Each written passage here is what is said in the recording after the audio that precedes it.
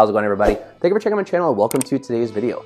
Ladder's coming up in the very near future, and I've been a little bit on the fence as far as what character to choose, and I'm thinking maybe of going with the Necromancer, as he was the very first character that I ever played in Diablo 2 at the first week of the game's launch. And I want to be able to talk to you guys about an old technique that many of us used to use when it came to being able to cheese some of the act bosses that I actually covered in a previous video of underutilized and underappreciated skills per class. And that's to be able to utilize the Clay Golem and the Iron Maiden together to be able to cheese some of the bosses, more importantly Duriel, because he is a melee character's worst nightmare. And this is going to make it to where it's going to be so much easier for you to kill certain bosses, although it's going to have a little bit of a diminishing return, much like Magic Find does, as you progress through the game. But hopefully by then, you'll have a good build in mind that you're leaning towards that will be able to take on some of the damage that your tactic of using these two skills together will start to lose. With that said, let's get into the video.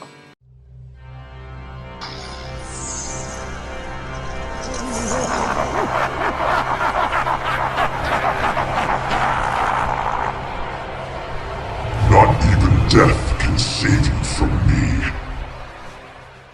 Greetings, mortal. I knew you would find your way back here.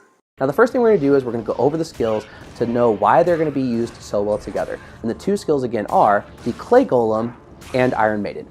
The first is Clay Golem. It's the first of the golems you can unlock at level 6. And aside from being extra support or a shield if needing something between you and whomever you're fighting, he is chosen for this technique because of both mana cost and its ability to slow enemies when the golem makes a successful hit. The golem's own damage doesn't matter, as the damage that will be getting inflicted upon the attacker comes from the second skill, and that's the curse, Iron Maiden. Iron Maiden is able to be used starting at level 12, which for most characters would be roughly around when they would be first taking on Andariel. This skill, when placed on the attacker, makes a percentage of the damage given go back onto the attacker. Going along with the old saying, this is going to hurt me more than it hurts you for whomever is actually attacking you. Using these two skills together early on can be really beneficial for all Necro builds because the Necromancer is a character that tends to not be able to be very strong in the beginning, but as you progress with leveling up and start leaning towards a specific build, can become very powerful. Now that we better understand the skills and how well they work together, let's go ahead and check out the gameplay of how I was able to kill all the way from Andariel to Baal of the act bosses. Do keep in mind that the diminishing return really starts to be felt when it comes to Mephisto and later. Duriel is the real shine of this video. However, with patience and determination, you can use these to be able to kill any of the act bosses. Granted, after Duriel, I don't suggest you do it, but for early play, this can be really helpful for people, especially playing only by themselves, to be able to actually kill the act bosses with much more ease. Let's go ahead and check it out. For this video, I'm going to be using my level 90 Necro that's already through hell, and I'm only going to have gear that will help me to stay alive as I demonstrate the use of this technique.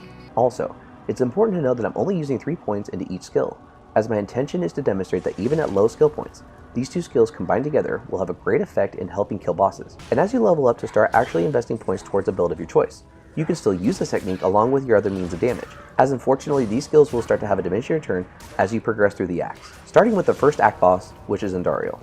She uses a combination of both poison damage and physical damage. This can make the use of this technique very challenging when first trying it. However, if you cast the golem next to her, she is standing still, or you cast the golem in front of you and you run around it for her to now focus on the golem, she typically would start with a physical attack. As the golem dies, as soon as you see its body start dropping, immediately recast it to keep this technique going. Eventually she would succumb to the damage being delivered back to her. Now let's move on to the second act boss, which is Duriel.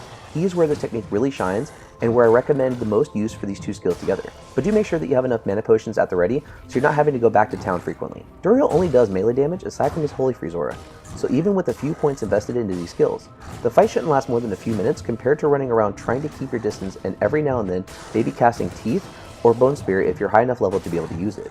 Duriel will take the bait and attack the golem. If the golem makes a successful hit on Duriel before he ends up dying, Duriel will then be slowed down enough to be able to help you with resummoning your golem in front of Duriel each time to keep this technique up until his demise of his own hands. Moving on to the Act 3 boss, which is Mephisto.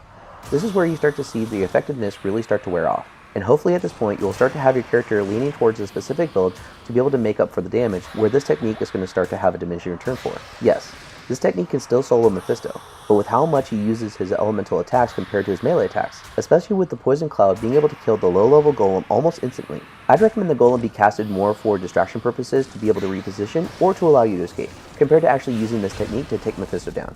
Although again, with patience, can work. Now with the Act 4 boss being Diablo. This is where you both see and feel this technique really start to lose nearly all effectiveness. Although, like with Mephisto, with a lot of patience and determination, can work, but I won't ever recommend it. Diablo has a handful of elemental attacks that he chooses to use over his melee attacks, and any of them can one-shot the golem. This fight took roughly 20 minutes using only my golem and Iron Maiden, but in the end, having a lot of mana potions ready to use to make this work, he finally went down as well. Last, but certainly not least, is the Act 5 boss Baal, and if anything, this is where I'd hope your build would be in use as you work on getting better gear and adding additional points into the build skills to hopefully make this 2-skill technique not needed. Despite after Duriel, I'd start recommending other means of damage, much like the 2 previous Act bosses. Baal has a lot of sources of elemental damage that he can do, but still using his melee attacks more than Diablo. However, if he spawns his clone, the golem may get confused and focus on the wrong Baal. Like I mentioned prior, I'd recommend the golem's role at this point be a means of distraction or a way to be able to keep something between you and whomever you're fighting. Again, this still can work. It is a lot of work to make it happen as Baal teleports around a bit and the golem could find trouble to keep up with him. But eventually he did, in my example, take himself out with this technique. And that's going to be it for the video. I hope you guys enjoyed it and were able to see why using these 2 skills together can be really beneficial for early gameplay and normal difficulty of any Necromancer to be able to survive any of the Act bosses, especially Duriel, where this technique really shines because he does so much melee damage to be able to make the fight last really short, comparatively speaking, to just running around him, trying to be able to cast off a Bone Spear if you're at the level to be able to use it while trying to avoid his Holy Freeze aura. If you like this kind of content and want to see more, hit the subscribe button and hit the bell notification to be notified whenever a new video comes out. And if you enjoyed this video, let me know by leaving a like. Also, there's going to be a playlist in the card in the corner up above for you guys to go check out if you want to see more Diablo 2 Resurrected content from me. There's already a handful of videos in there and a lot more coming in the very near future that I'm certain you guys are going to love as much as this one. With that said, hope you're all staying safe, and I'll see you in the next video. Take care.